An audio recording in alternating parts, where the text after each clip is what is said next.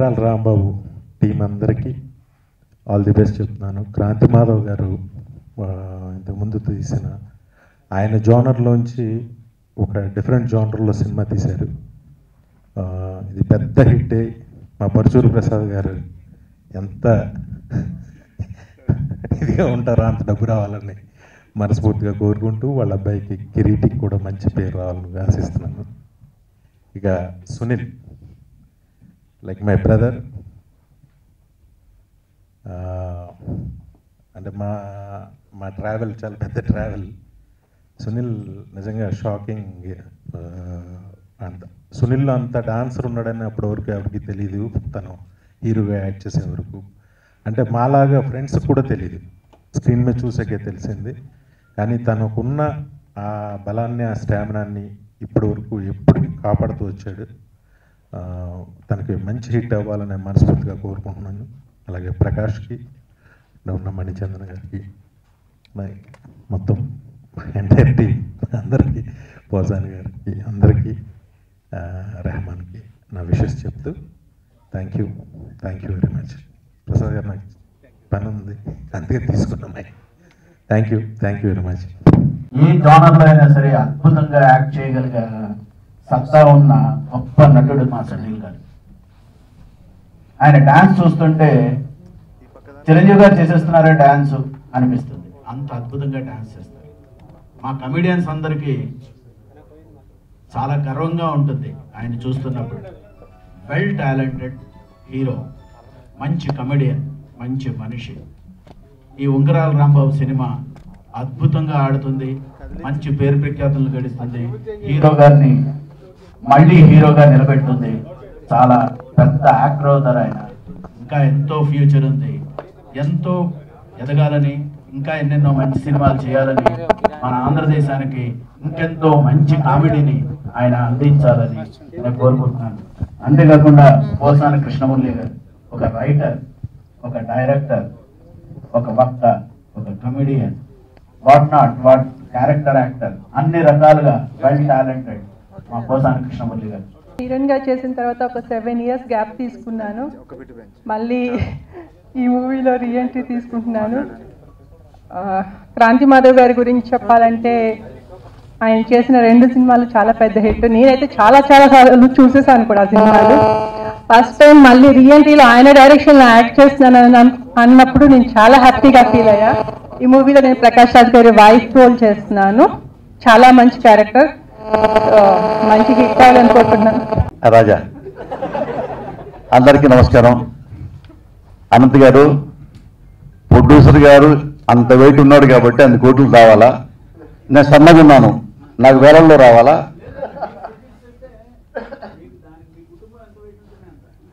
మొత్తం కుటుంబానికి ప్రసాద్ గారు మీద ఒక్కరే, అందరు కలిస్తే ప్రసాద్ గారు అంతా. చాలా సంతోషం అండి. పరచూరు ప్రసాద్ గారు, మీకు శుభాకాంక్షలు.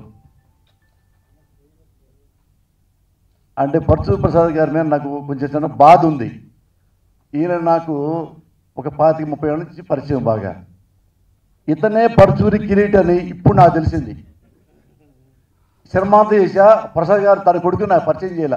చూసి షాకు, పరచూరి కిరీట్ అని పిలుస్తుంటే నేనే పక్కన కూర్చొని ఇప్పుడు సారీ చెప్పా.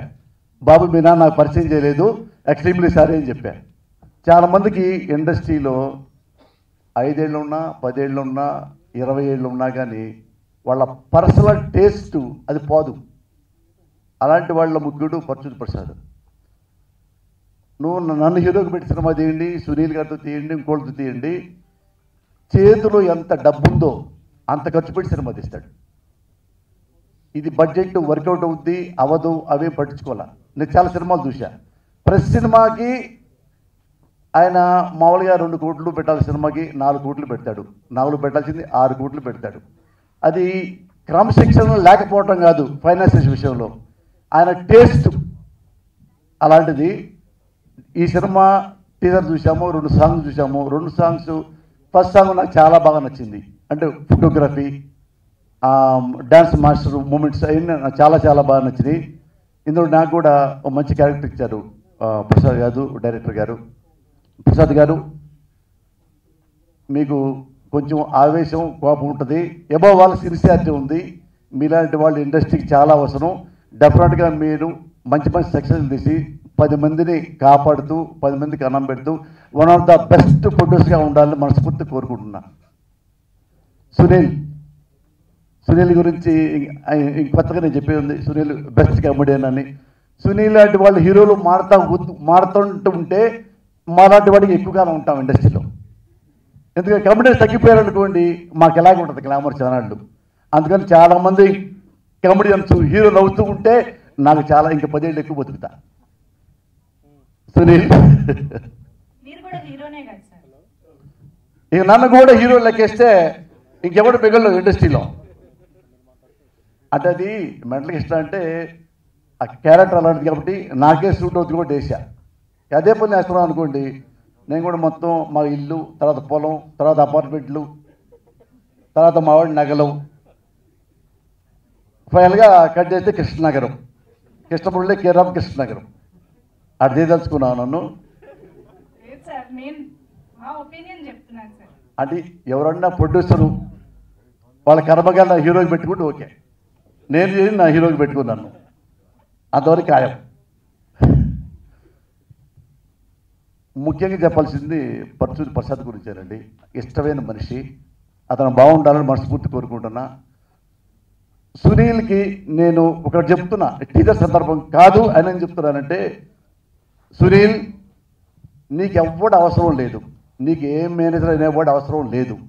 నువ్వే నీ డైరీ నువ్వు చూసుకో. సంవత్సరానికి 3 సినిమాలు, 3 నెలలు 3 నెలలు 3 నెలలు చెయ్యి, ఇక 3 నెలలు నువ్వు ఫారెన్ ట్రిప్ తిరుగు. హీరో కృష్ణ గారి లాగా 300 సినిమా హీరోగా చేస్తాం. కృష్ణ గారు చూడండి, కృష్ణ గారు 70 ఏళ్ల వరకు ఆర్టిస్ట్గా వేషాలు వేస్తూనే ఉన్నాడు. ఇతరు అంతే. సునీల్ని ప్రేమించే వాళ్ళు ఇండస్ట్రీలో ఉన్నారు, ప్రజల్లో ఉన్నారు. కాబట్టి నీ భవిష్యత్తుకు డోకా లేదు. నీ డేట్లు ఎవడికి ఇవ్వకు, నీకు సెట్ అవ్వడు ఎవడం నీ పర్సనల్గా చెప్తున్నా. డైరెక్టర్ గారు చాలా థ్యాంక్స్, మంచి వేషం నాకు ఇచ్చారు.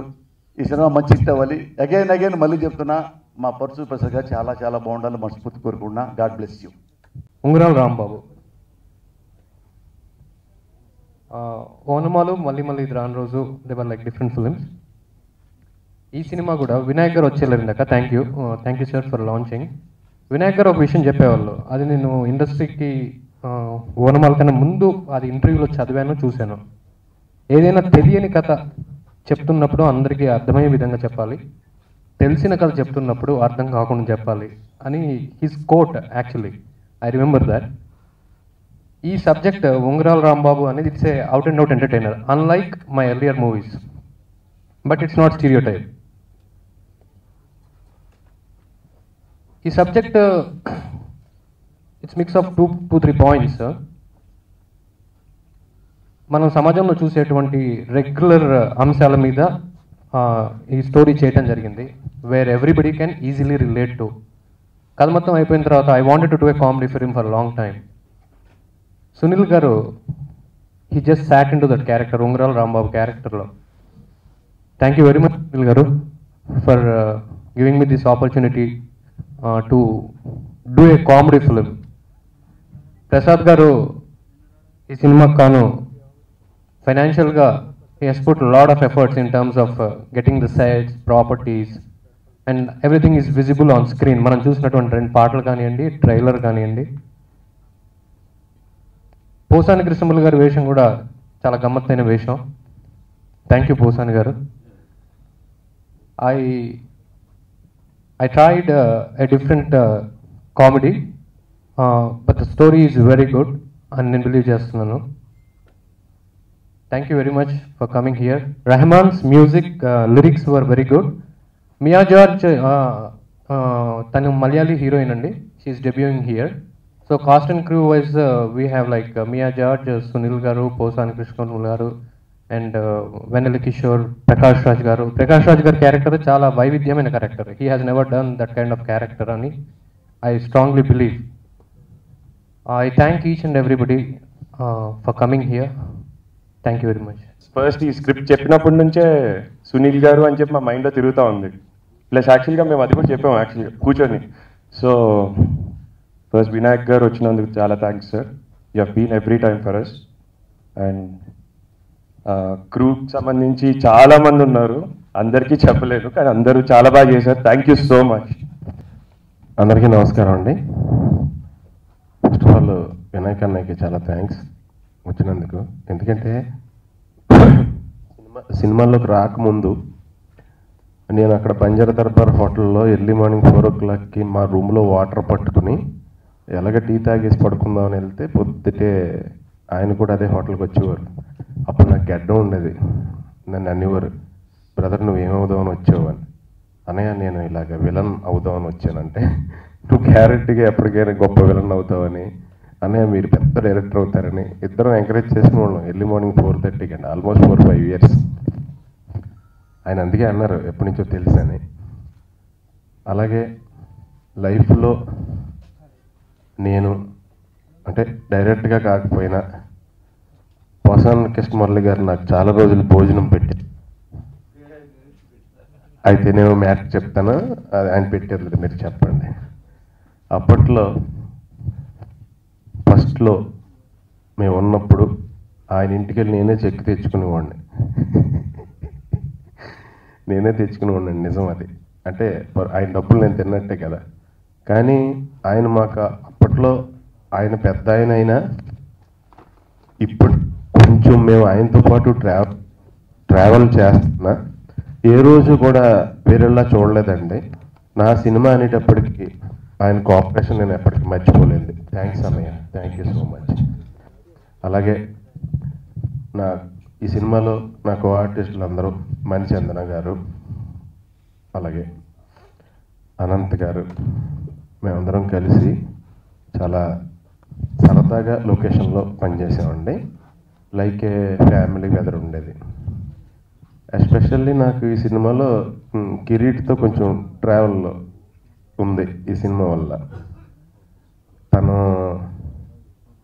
వెరీ గుడ్ హ్యూమన్ బీయింగ్ అండి కిరీటి. అందుకే గ్యారంటీగా తమ్ముడు చాలా పైకి వెళ్తాం, గుడ్ హ్యూమన్ బీయింగ్ ఎవడన్నా పైకి వెళ్తాడని అంటూ ఉంటాను ఇప్పుడు. ఈ సినిమాలో నాకు మటుకి ఒక రియలైజేషన్ వచ్చిందండి నిజంగా. ప్రసాద్ గారు చాలా అంటే మ్యాక్సిమం కష్టపడతారండి. ఈ సినిమా కథ నాకు ఫస్ట్ చెప్పించినప్పుడు నాకు బాగా నచ్చిందండి. యాక్చువల్గా నేను వేరే కథ చెయ్యాలి, ఈ సినిమాలో కామెడీ ఎక్కువ ఉందని ఈ సినిమా సెలెక్ట్ చేసుకున్నాను అనమాట.